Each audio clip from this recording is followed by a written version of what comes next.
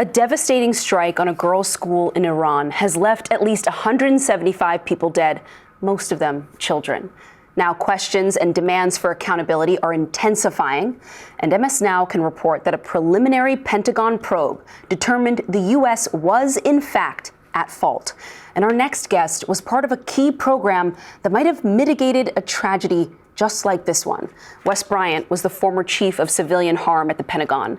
He was part of an ambitious new Defense Department program aimed at minimizing harm during civilian operations.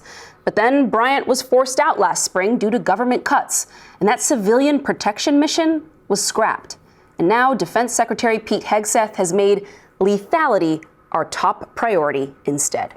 Wes Bryant joins us now.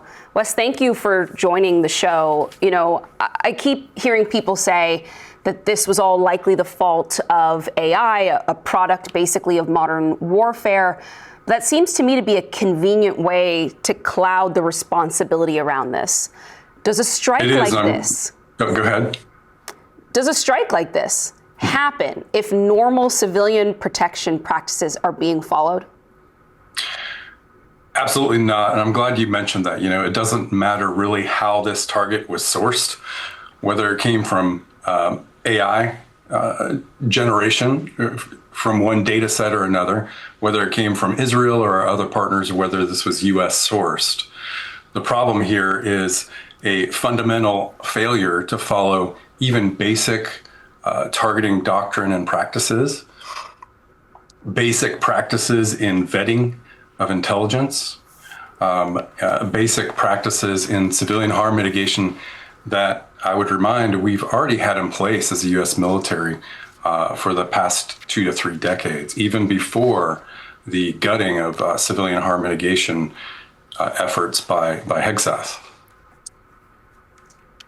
Wes, one of the big questions here is, again, how did this go wrong, given the technology that we have, or presumably our military has access to, given the intel our military has access to?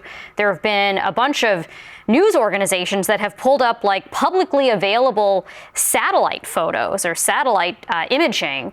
And even through that quality of imaging, you can see that it looks a lot like a school. Like you can see like the hopscotch patterns and things like that from previous years' images.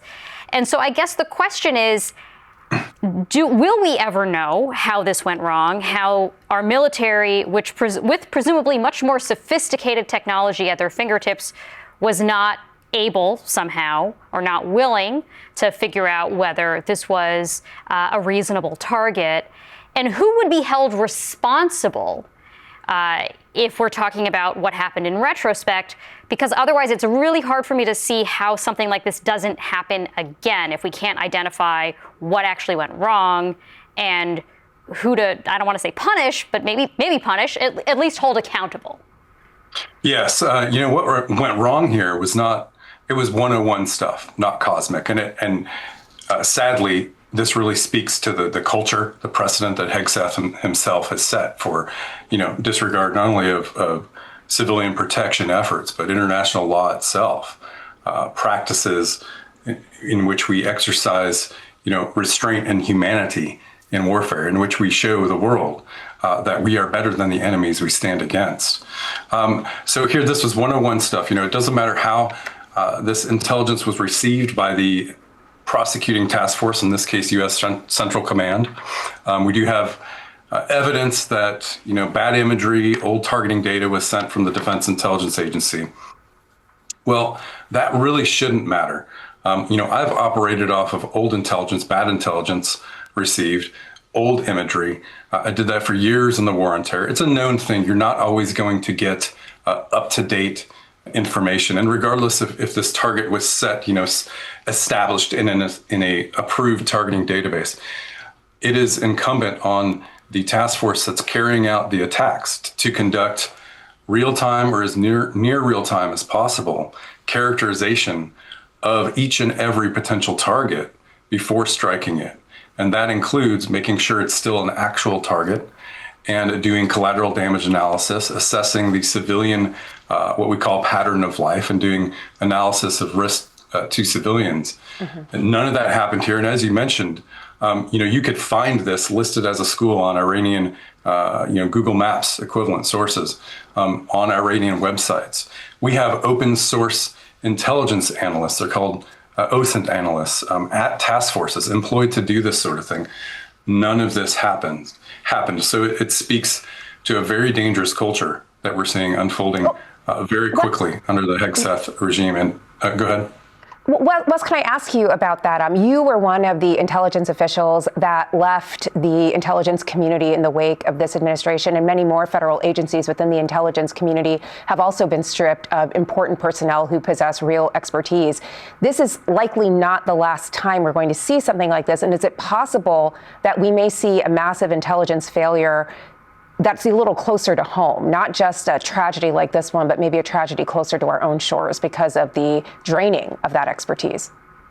Yes, I was a targeting advisor, and you're right. We've had a significant reduction in not only emphasis on civilian protection efforts, but capabilities. But as I've said, still those remaining, those professionals remaining at commands, task forces, down to the individual level. It's still each and every person's responsibility to follow what is existing in our DoD law of war, in our warfighting doctrine, and our targeting doctrine, which dictates that something like this shouldn't have happened. And absolutely, as we see, zero accountability from the Hegseth regime, from the Trump administration on this.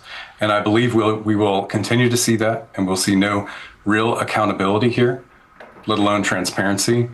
Then yes, the chances of this happening even further in other countries, in Iran and other countries we're waging war within, even potentially domestically in one way or another, they rise exponentially until we get, basically extremists out of their position. We have an extremist, an ideologue, as the Secretary of Defense, or as he calls himself, Secretary of War. And this is what happens when you place people of this character in those types of positions of power. All right. Wes Bryant, thank you so much.